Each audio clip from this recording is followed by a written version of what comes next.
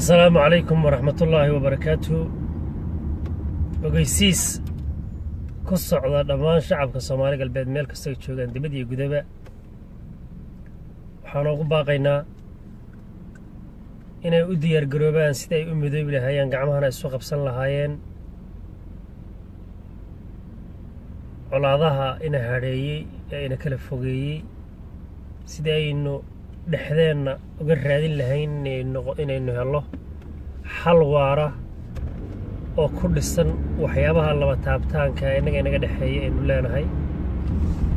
ayadaynu ognahay inay jiraan afkaar siyaasadeed oo lagu kala gidisan yahay haddana lama waayahayo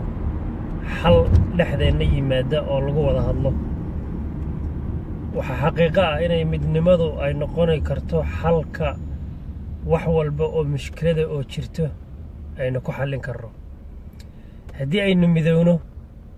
waxa xaqiiqo ah haddii aynu cadow leenahayna cadowgeena inaan aqoonsanayno haddaynan cadow lahayn naynu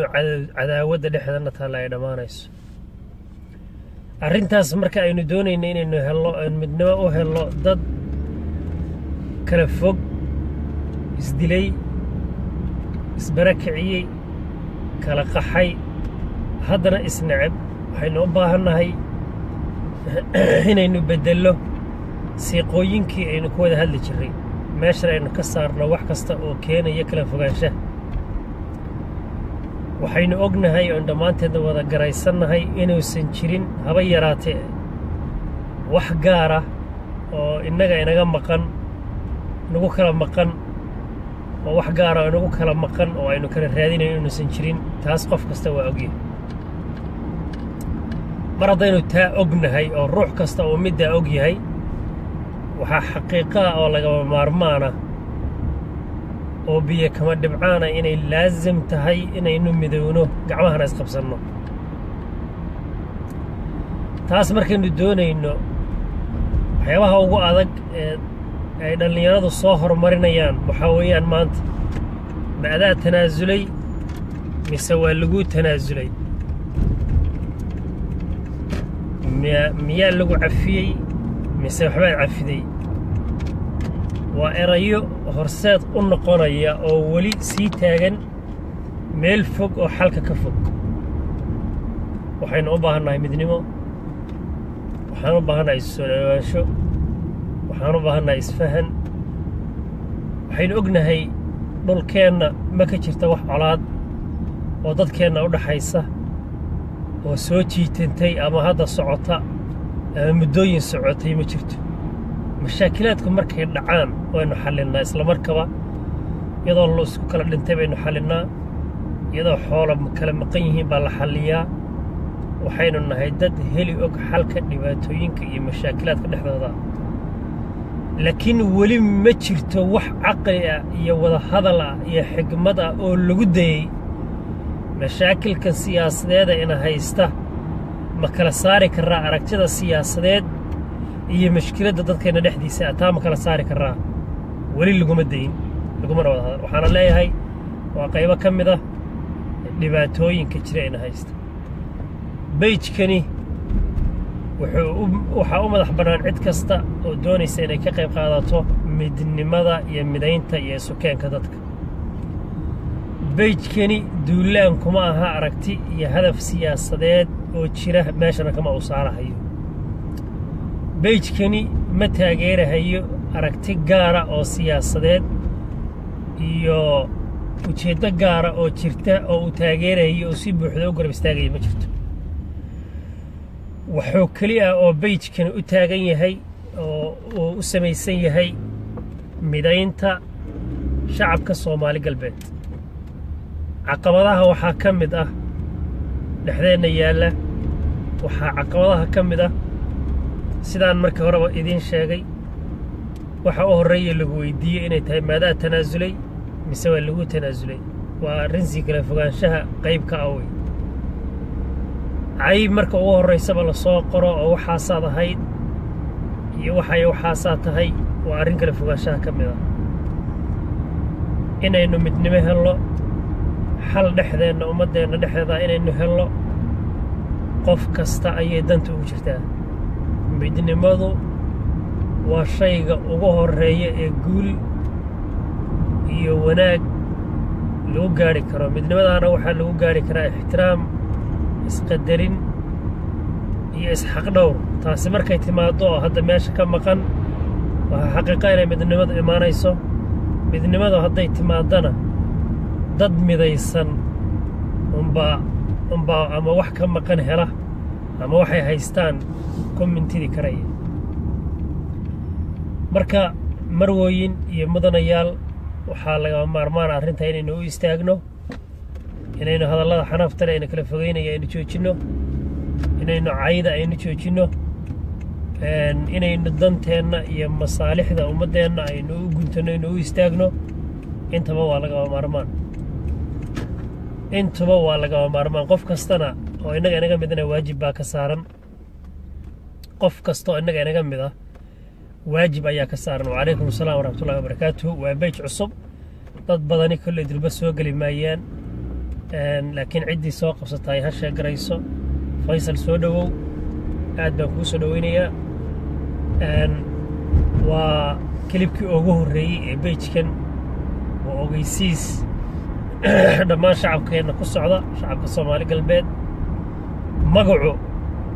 waxaynu nahay ummad horta mashaakil siyaasadeed oo haysto. waxaynu nahay ummad qarni walba magac horle la baxda ama magac horle loo bixiyo. magac alla magacii baxana wuxuu noqdaa magac maaragtay ay kumanaana u dhimato, kumanaanna mataqaanaa ay u barakacaan ama u baaba'aan.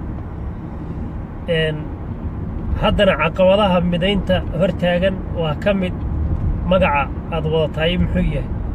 magacaas aad wadatahay waa maxay? magacaasaa annaga nalama dhaho, Soomaali galbeed nalama dhaho, Ogaadeniya nalama dhaho, Kilil nalama dhaho, DDSI nalama dhaho. yacni marka ugu horraysaba waxa koobaad ee dadka kusii kala fogaanayaan waxaa weeye ku dhawaaqidda magaca ay dadku markaas laga yaaba markii magacaa la sheego inuu dhulkaas iyo dadkaasi qalbigaaga ku soo dhacaan, laakiin afkaarta siyaasadeed kala xambaarsan. haddaba magaca Soomaali galbeed inta badani waana magac xagga sinjiyadda juqraafiklina laga yaabo inuu isaga laftiisu uu maaragtay uu xasaasiyad gaara uu meelaha qaar ka yeelan karayo, laakiin waa magac si gaara taariikhda mar u galay, lagu midaysnaa, lagu kala qaybsanayn, la wada yaqaan. sidaa daraaddeed ayaa annagoo midnimada raadinayna iyo dadkeennu inuu midoobo, in la isfahmo, in meel la isugu yimaado, ayaan waxaan soo qaadannay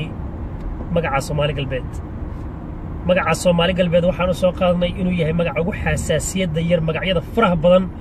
aynu leenahay. kun magac baynu leenahay, qarni walba magac baa inoo baxa. magacyo fara badan baa jira, kuwa aan caan ahayn baa jira. marka waxaasoo dhan isku soo duuduub waxaan doorannay annagoo raadinayna qulubteenna oo caafimaad qabta. soo dhowow Naasir Ibrahim Abwaan, soo dhowow, aad iyo aad baan kuu salaamayaa. annagoo raadinayna dadkeennu inay midoobaan, annagoo raadinayna in laysu yimaado, annagoo raadinayna maaragtay in ay gacmahaynu isqabsanno, ayaan magaca ugu xasaasiyadda yar ee lagu garan karayo yaad la hadlaysaa, ciddaad la hadlaysaa, waa ay toobigan iyuu ku saabsan yahay. si ay su-aashaas meesha uga baxdo ayaanu Soomaali galbeed u qaadannay. Soomaali galbeed waxaanu u qaadannay waa magaca ugu xasaasiyadda yar, magaca ugu xasaasiyadda yar ee magacyadeenna faraha badan ka mid ah, ee mid kasta haddii la sheego uu qalbigaaga ku soo dhacahayo. Soomaali galbeed, Kililka shanaad, DDSI, Ogaadeniya, Harargey, Raasgees, bariga Itoobiya, galbeedka Soomaaliya, Soomaalida Itoobiya, deegaankaas Soomaalida maba la koobi karaba. waxaasoo dhan marka la akhriyo halkii mid ee la sheegaba qalbigaaga waxaa ku soo dhacaysa dhulkeenna iyo dadkeenna. laakiin markaad magacaas uu qofku qaato, markaa wuxuu noqonayaa ahdaaf buu ka turjumayaa, jaanib buu noqonayaa, dhinac buu maaragtay yuu ku buuxsamayaa. laakiin markii magacyadaas oo dhan la ururiyo, magaca Soomaali galbeed waa magaca ugu xasaasiyadda yar, waa magaca maaragtay aan is leeyahay waa midka ugu dhibka yar ee dadkeennu haddii la sheego aan cid xasaasiyad fara badan ka qabtaay ayna jirin. sii kala fogaanshaha aynu sii kala fogaanay waa laga yaabaa in la yidhaahdo Soomaali ma nihin taasoo macnaheedu yahay jamhuuriyadda aynu ka fogaanayno laakiin waxaan muran ka taagnayn inaynu nahay cunsur Soomaali ah cunsur Soomaali ah juqraafiga bari iyo galbeed Soomaali midna kuma naala haday tahay taasi waa waxyaabaha ugu yar ee mashaakilaadka magacyadeena ka dhadhamaya markaba aynu xallin karno aynu xal u heli karno laana waa wax mar taariikhda galay dadkeenu wada qaateen cid xasaasiyad gaar ah dhibka qabta ayna jirin magaca noocaas aan u qaadanay erayada marka ugu horeysa soo boodaya ma adaa tanaasulay mise waa lagu tanaasulay waa erayo aan ku dhisnayn xigmad waa erayo aan ku dhisnayn maslaxo waa erayo aan waaqiciga maanta aynu dul taaganahay aan la haysanin weey waxaan marka jeclaan lahaa inaynu barnaamijyada noocaas oo kale taa aynu ka tanaasulno in aynu hadalka xanafta ka tanaasulno inaan hadalka cayda ka tanaasulno inaynan inagoo intaas ka tanaasulay aynu yeelano samir iyo dulqaad aynu yeelano inaga dhexdeena in la isu samro in la isu soo dhawaado inaynu kaliya isweydiino war maxaa inaga dhaxeeya maxaa isku kala gedisanay midda aynu nagu ceebta ku leenahay waa midaas bini aadamku waxa jira waxyaabo ay ku kala gedisan yihiin iyo waxay ka midaysan yihiin waxay ka midaysan yihiin way wada ilaashadaan waxa ay ku kala gedisan yihiin way kala jirtaan buraale aad soo dhaw aad baan ku soo dhaweynaya mudane aad iyo aad naciimo dayib aad baa idin soo dhaweynaya dhamaantiin soo dhawaada marka inaga waxa inaga maqan wax aragti baynu qaadanaynaa aragtida meesha ugu dambayso yeynu rabitaankeena iyo jacaylkeena iyo gaarsiinaynaa wama siwaha wax alla waxa ka soo haro dhanna qashankaas aynu ku daraynaa meesha maxaa marka baxaya dulqaadkii baa baxaya xurmadii baa baxaysa inaad garaysato oo aqoonsato afkaar kala gedisan baa baxaysa dabeedna waxay dhashay colaadina waxay dhashay inaynu maaragtay inagu uu ku khasaaro oo cid kale inala wadaagta ma jiro inagi inaynu maaragtay dhibaato dhexdeennii ah isnac dhexdeennii ah kala fogaansho dhexdeennii ah ina u yimaado qof kasta oo inaga midana haddaad maanta halka istaajiso tiraahdo maxaad wadaa waxa uu ku dhahayaa wax ummadda dan u abaan wadaa ninba waxaa la yiraahday geel bay oodayeen oodbu marka nin gooyay oodii markii gooyay marka uu soo jiiday wuxuu yiri ooda jiidine intaad ooda qaado aayar kor u qaasho xogaa xilliga marka dabayshu dhacaysana ooda wax dhib badan ninkii yaqaanaba ooda markay dabayshu dhacayso adoo xoog walba leh iyo dabayshaas waxaan ogolaanaynaa oodaas ku ogolaanayn marka nin baa yiri dadaalka ma isla skiin jiirahaye oodu qaad iyo jiid waa isla gurigeyn haddii la qaado iyo haddii la jiidaba waa isla gurigeyn meesha lagu wada in baa la geynaya haddii la jiiday kor loo qaado afkaarta kala gedisan bal tusaale yar baan ku siinayaa علومتا مانتا waxaad arkaysaa nin professor ah waxaad arkaysaa nin mataqaanaa caalim ah oo maaragtay cilmi diini ah meel sare ka gaaray nin waxaad arkaysaa professor oo maaragtay iyo wax ka sareeyaba ah oo aqoon maadi ah oo dunawi ah leh baad arkay waxaas uu ku yahay uu maaragtay professorka loogu aqoonsaday afkaar kala gedisan maskax kala gedisan buugaag kala gedisan taariikh kala gedisan dhaqamo kala gedisan oo isu tagay oo uu soo bartay iyo culum dad intay ku sameeyeen ay research ku sameeyeen ay wax u aqoonsadeen oo culumta Ilaahay subhanahu wa ta'ala oo dadkeena siiyay ibn aadamka siiyay ee dunida uu soo dejiyay kamid ah cid ay u dhadhantay waxay ka yool gaareen ayuu qofkaasi wuxuu ku bixiyay waqti dheer 20 sano 15 sano 12 sano muddo 12 sano iskuul iyo 12 sano laga yaabo jaamacada dhowr iyo 20 sano intuu ku bixiyo ayuu markaa waxa lagu leeyahay dadku wax dheeriya inaguna waxa laga yaabaa waxa la yiraahdaa aqliga ka maqan walaalkaabu ku jira ma awoodi karno dulqaadna umarihin umana ma taqaanaa ma qaadi karno hal daqiiqo ruux inaan dhageysano dadku waa isdhageysiga waxa ugu faraha badan ee ama la isku fahmo ama qofku wax ku fahmo inagu waxaynu aaminsanahay haddaad dhageysato waa dambaabiba haddaad dhageysato waa dambi haddaad dhageysato waa bedelmi maxay ka dhigan tahay inaynan xujo cad aynan haynin xujo cad وإنه كمل مرينه ومبادئ كل سن مترتو قفكي حجة عد هيا قفكي مبدأ يا سياسة آمن سن وإنه السياسة ديس يا مبادئ ديس وقدي كرو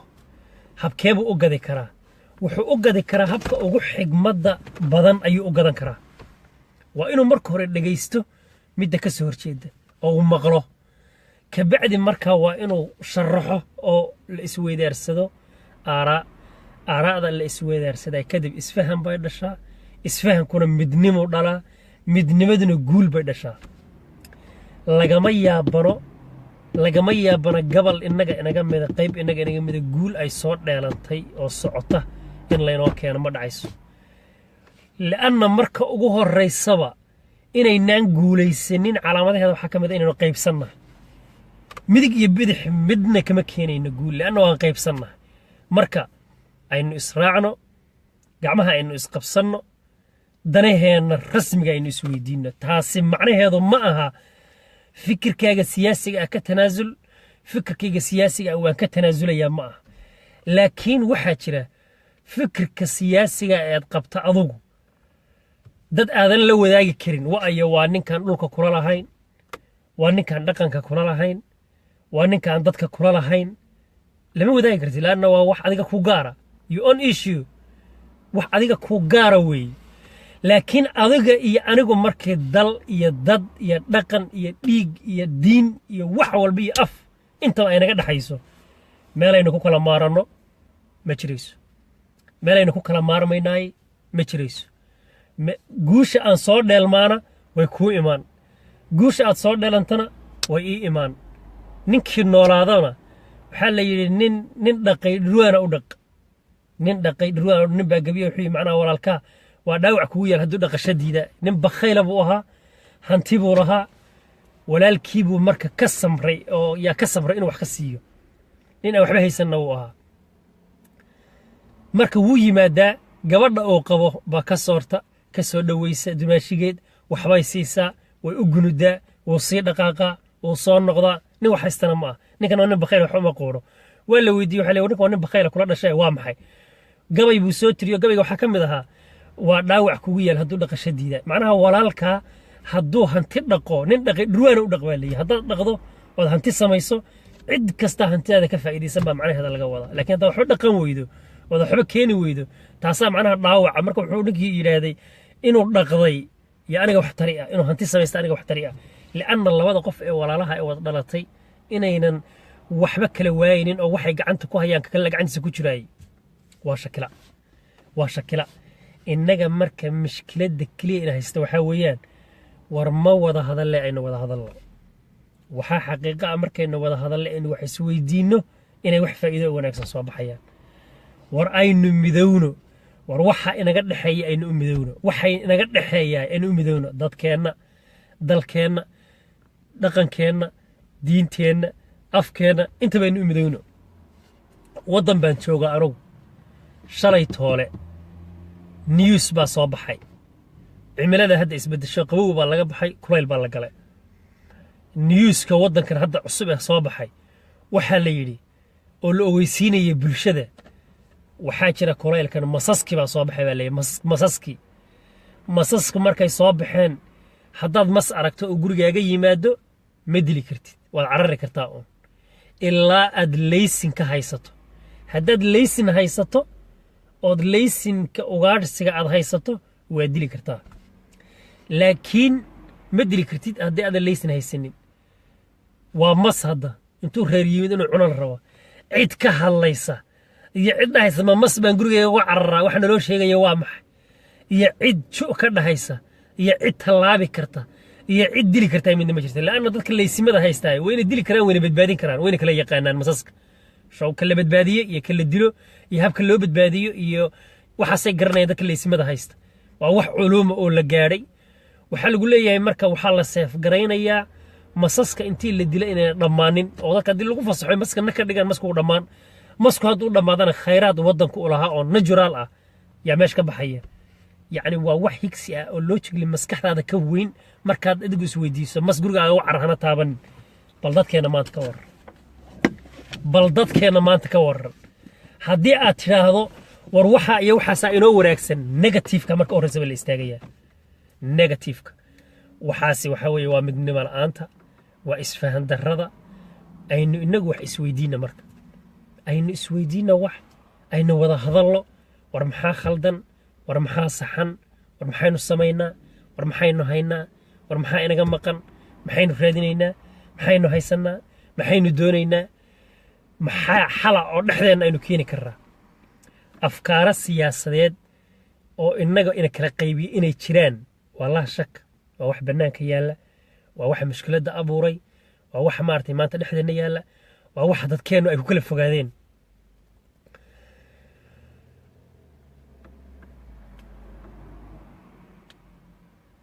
waxaynu ku midoobi karnaa nuurow oo isweydiin karnaa ma jiro hadaf urur ma jiro hadaf siyaasadeed oo dadkeena ah oo ku wajahan oo kali ah isha meesha laga saaro dadkeena in la laayo ma jirto taas laakiin dadkeena kii wax la yeelaba waxa wax loo yeelayaa fikir siyaasadeed oo uu aaminsan yahay baa wax loo yeelayaa waxaynu samayn karnaa marka oo aynu isugu imaan karnaa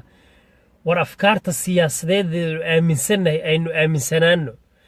laakiin inagu dhaxdeena maxaynu isku dilaynaa dilkeena dhaxdeena maxaa keenaya bal intaana inaga sunnimaadna inaga maxaa inaga maqan oo doonaynaa maxaynu haysanaa inaynu taa isweydiinay waa laga maarmaan taa markaynu isweydiino waxa inoo muuqanaya xalka xiga baa inoo muuqanaya laakiin markaynaan wada hadlaynin in waxba isweydiinaynin aynu iscaayayno aynu isdilayno aynan waxba ma taqaana isugu imaanaynin way adag tahay markaas inaynu mushkiladan ka baxno mushkilada inaan ka baxno way adag tahay xilligan waaqiciga ee hadda aynu taaganahay marxaladda hadda aynu ku jiro meesha hadda aynu marayno dalkeena iyo dadkeena meeshu marayo xaaladda geeska Afrika meesha ay marayso waxaa lagama maarmaana inaynu midowno oo isugu nimaadno inaynu hal meel isugu nimaadno inaynu midowno baa lagama maarmaana afkaarta siyaasadeed ee aaminsanahay waa inay inoo horseedaan guul iyo horumar iyo midnimo ma aha inay inoo horseedaan kala fogaansho iyo burbur iyo dil iyo kala carar ma aha taas inoo horseedaan haddii dadkeena qaar la dagaalamayaan xukuumad in haysata inaga hadday la dagaalamayaan qaarna ay xukuumadda ay difaacayaan yeenaan isku dhibanin laakiin aynu isweydiino waxa macnaha kale meesha ku jira aynu isweydiino haddii la wada hadlo waxaa imaanaya in guul la gaadho laakiin wada hadal la'aanta lagama yaaban in guul lagu gaadho waa in la wada hadlo marka hore haddaynu inagu maanta aynu qadh iyo qadha iska hayno oo maanta inoo qadh iyo qadha isu hayno waqtiba yimaado oo maanta oromo oo la kari leeyahay oo inaga maanta xuduud la leenahay oo waxaynu isku haysanayba dari naga xiga ah hadday maanta soo baxdo ma inaga oo qush iyo qacda isku hayna bay oromo intay inoo timaado inay qabsan doontaa ma oromo systemkan bay wax ka bedeli doontaa marxaladan ma sidan bay kusii ahaan doontaa waxaan leeyahay waa marxalad wanaagsan oo isugu imaan karno oo wax isku weydiin karno oo aynu ku wada hadli karno waxaana wada hadalka iyo wax isweydiinta horseed ka noqon kara dhalinyaradu waa inay cayda iska daayaan waa inay isu soo dhawaadaan waa inay wada hadlaan waa inay xidhiidhaan waa inay doodaan maxaad haysaa waxba ma haysid waxaas waa maxay uu khaldan yahay bal xaggan ka fiiri may xagga laga fiiri adoo xagga ka fiiri may xaggan ka fiiri debate-ka kadib waxaa soo baxaya aragti ah waayahay maxaynu marka inagu waxaan ku kala gedisannahay waxaana uu inaga dhaxeeyaa haddaynu ku kala gedisannahay aragtida ah waxaasi waa khalad waxaasina waa sax iyo aniga waxaas waa ila saxan yahay anaga waxa uu ila khaldan yahay aragtida haddaynu ku kala gedisannahay miyaynan keeli karin xal ayaynan isdilin waayahay inagu yeenan isdilin anagu haddaan isdilayno nin tikre haddaan isdilayno anaa isdilayna aduguna haddaad nin kale isdilaysaan adaa isdilaysaan laakiin inaga dhexdeenu yana isdilin markaynu isu nimaadnaynu isweydiinayna cadowgeenna waa ayo ama cadowgeennu ismoodsiis buu noqon waynu isqancinaynaa ama cadowgeennu mid aan la arag buu noqon waynu istusaynaa labadaa midun bay noqon ama hal cadow baynu yeelanayna waynu istusaynaa wakaa cadowgeenna waan dhahaynaa ama cadowgeennuba meel kalaynu ka eegaynaayo waxaan dhahaynaa maya ee cadowgeennu halkaa ma jiro cadowgeennu halkaa ma jira halkaasuu jiraa laakiin waa sagoorba waa marka la wada hadlo dunyaduna urka isku garataa dadkuna waa hadalka isku gartaa labadaas ayaa maarta Soomaalida ku mahmaadaa inay dunyadana urus ku garato dadkuna hadal isku garto haddii hadalku uu xidhbo oo aan la wada hadal laga yaabo nin oday ah yaa wuxuu bixiyay tusaale bixiyay wada hadalku ha dhaco tusaale bixiyay kaftaba kale nuur hadallada u badan tusaale bixiyay wuxuu yidhi laba nin baa daris ahayd labada nin ee dariska marka wuxuu yidhi ganacsi bay haysteen marka ninna qori buu haystaa ninna qori ma haysto ganacsiguna wuxuu ku yaalaa meel yar dhib badan oo la ilaaliyo marka ninkii qoriga watay yaa wuxuu isirniyo qorigan baas intaad iska iibiso oo iska gado bili aadankaga caadiga ka mid noqo waxaan ilaalintiisa ku dishay waa Cabdiraxmaan Saciid nuurow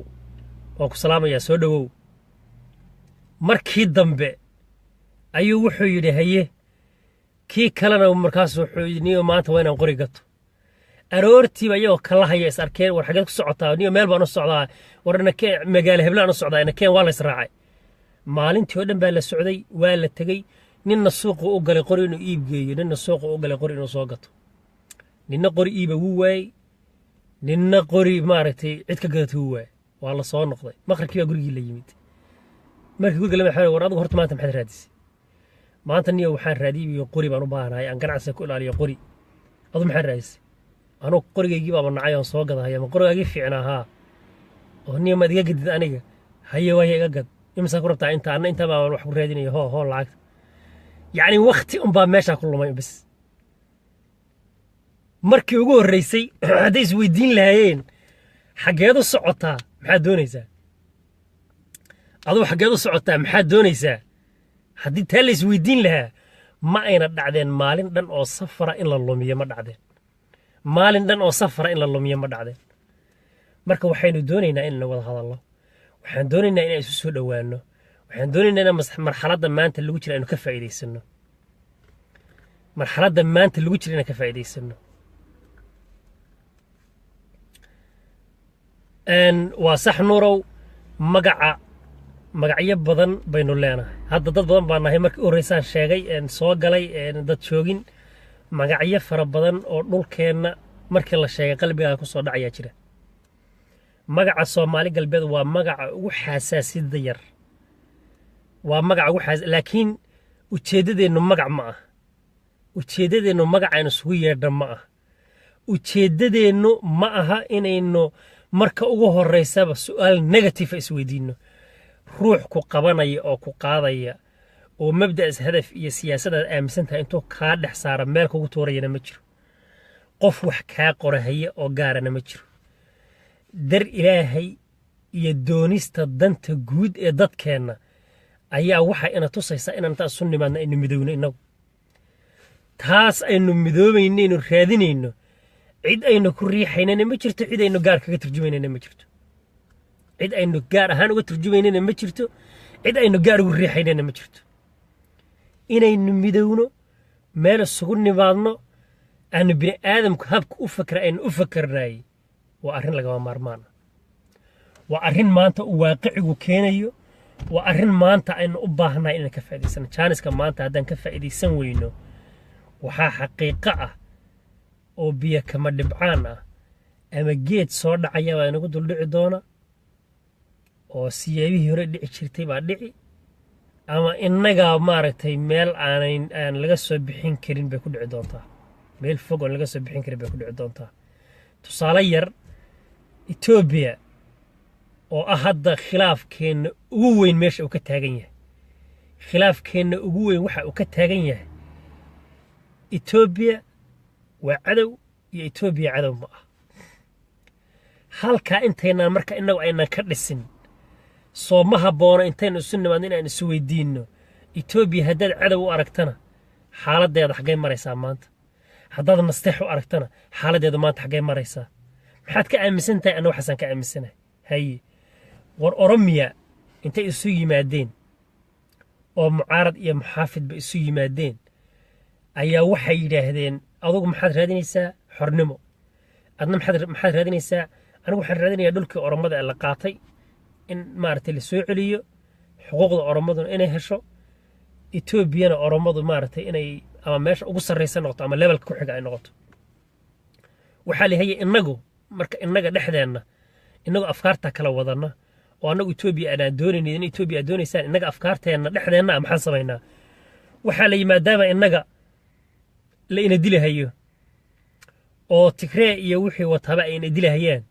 waa inaynu u midowno kaliya inagu inaan waxba is yeelin cid wax ina yeeli kartaan inay jiro intaan meel isugu nimaadno aan raara waxna lama yeeli karo waxna isma yeelayno ciddii wax ina yeeshana aynu iska celino Soomaali baa wax yeeshay way iska celiyeen Tigray baa wax yeelay way iska celiyeen Xabashi baa wax yeeshay way iska celiyeen heera waxay soo gaadheen xalay ama shalay ama caawa kolba waqtiga inoo yarka laga gedisan shirki baarlamaanka guud ee Ethiopia la isugu yimid ee xalka lagu raadinayay intee ka kacaan isaga dareeraan ee keeneen waxay keeneen madaxda ugu sarsareysay Ethiopia ku jirta inay xilka iskaga tagaan waxay keeneen inay u yeeriyaan dawladii oo yiraahdaan waxaan u baahanahay luuqadayada in manhajka laga dhigo waxaan u baahanahay waxaas macnaha ku sii dheeraan maayo iyaga oo nooca tahay bay hadda waxay ku halgamayaan oo raadinayaan war Ethiopia waynu ka adkaano meel baynu saarno Tigrayga waynu burburinay aynu go'no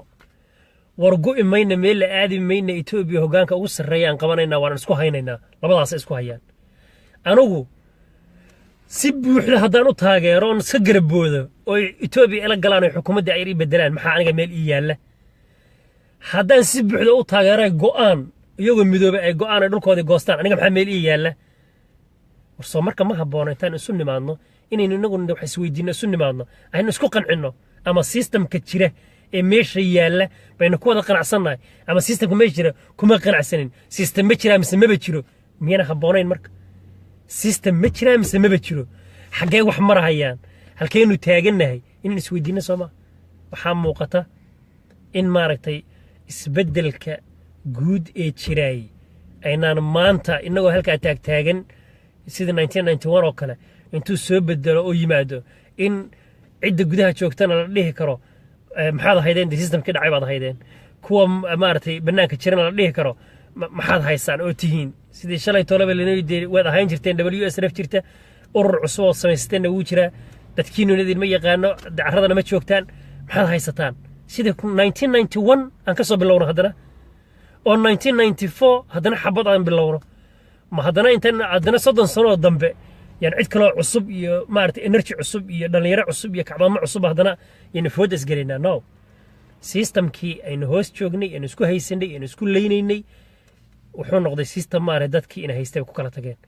سيستم كي مرة دي الوكلة تجي ما قررنا ردت كي أنا وح كلا هيا ما قررنا ردت كي أنا وح مارت كوكلا مقيهين ما قررنا إنه وح يسون عبيين ما قررنا وح لا يسكو عايو مقع يلا يصبحيه هبل اللي يزيد هذا horumarna ma keenan umadna meel ma gaarsiiyaan wax alla waxa yihiin ma jirto fikirna ma noqdaan magacyo la soo bixiyo ay 12 ka maanta daan halka ay ku qoray haba yaraatee wax ay keenaysaa ma jirto ayu nin dili weyday ayu nin aydin weyday ayu nin wax ka soo qaadi weyday ay ku bikeeri meesha yala kuma soo qaado kuma keento miyayna marka ka habboonayn xujada cad aynu hayno inaan isu dhiibno haddaad jijiga joogto وحجة عد أو مستقبل كأمضة كل سنة أرجعنت كويس سنة يجد هدي أن حرني مدارها أن حجة عد هي أن كاجد واسجارما وأمريكين هشيس كنا وحكم أن انترستيجا وحأنه وذا لا أنا أمريكا هشيس كنا يا الحرين يسأل نقول كان صوما ها أضو يا الدولة نقول كان صوما ها